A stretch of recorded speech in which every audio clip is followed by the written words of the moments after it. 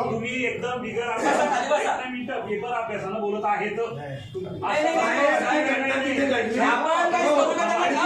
ती घटना महाराष्ट्राच्या नव्या देशाच्या प्रत्येक शिवप्रेमीनं ऐकली आणि शिवप्रेमीने ऐकल्यानंतर त्याच्या भावना दुखवल्या आणि कायद्यामध्ये तरतूद आहे आणि भावना लांबण्यामध्ये दुखवली. त्याच्या नजीकच्या पोलीस स्टेशनमध्ये आहे. मी तिथे जाऊ शकत नाही. मला ते कायद्याने संरक्षण दिलं नाही. अरे सिरियस व्हा साहेब, महापुरुषाचं काम आहे जरा.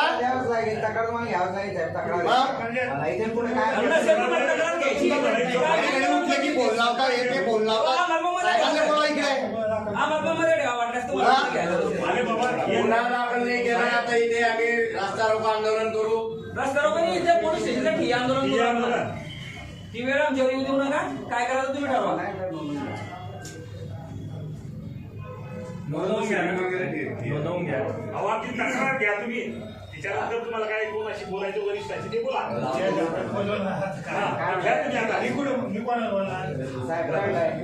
आमचं म्हणणं आहे की ठाण्यामध्ये आहे ना, आमची तक्रार घ्यायला पाहिजे. साहेब काय म्हणताय? तपास झाला मी साहेब काय तुम्ही बोला.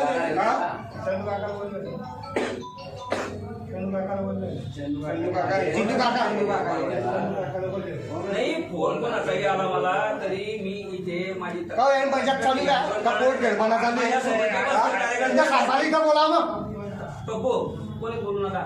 तक्रार घ्यायची असेल तर घ्या, नसेल घ्यायचं तर आमचा ठिय्या आंदोलन सुरू होतंय.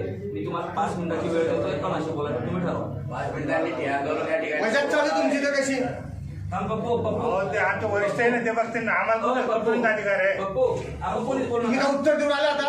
मला जेवढे अधिकार मी तेवढं करणार ना. बोलते ते सांगता येईल तुम्हाला. पप्पू भाऊ पप्पू हे वरिष्ठांना बोललो ते सांगून राहिलं ना. बोला दाखवून येईल. निर्णय घेणार मी नाही का? निर्णय घेणार मी नाही. माझे वरिष्ठ आहेत ना. आपण संविधानाच्या ऐका माझं सगळ्या कार्यकर्त्याला एक सूचना आहे. प्रवीण, माझ्या सगळ्या कार्यकर्त्यांना सूचना आहे, विनंती आहे की संविधानाचा आधार घेऊन आपण आपल्या कामाला करू. कोणी कर्मचाऱ्याला डोकं लावणार नाही. त्यांना तक्रार घ्यायची नसेल तर 5 मिनिटांनंतर आपण इथे ठिय्या आंदोलन सुरू करणार आहोत. काय करायचं ते प्रशासन करेल.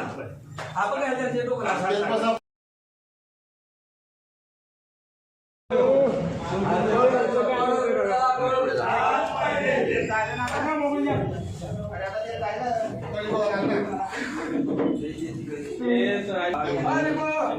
छत्रपती शिवाजी महाराजांचा अपमान केलेला आहे. त्यांनी त्याच्यावर टीका केलेली आहे. शिवाजी महाराजांची तुलना ही कोणाशीच होऊ शकत नाही. त्यामुळे संपूर्ण हिंदुस्थानातील शिवप्रेमींच्या त्या भावना दुखवलेल्या आहेत. समस्त सगळेच आज पूर्ण हिंदुस्थानात सगळ्या समाजाचे कार्य त्यांच्याविषयी जर का त्यांची तुलना अशी कोणाशी होणार असेल तर तो त्यांचा आणि संपूर्ण हिंदुस्थानातील जनतेचा, देशातील सगळ्या जनतेचा अपमान आहे. त्यामुळे तशा घ्यायची पुन्हा आपण नोंदवावी ही आम्हाला विनंती. शिवप्रेमींच्या भावना दुखवल्या. नोंदवलेला पण ऑफिसर त्याला बोलवा.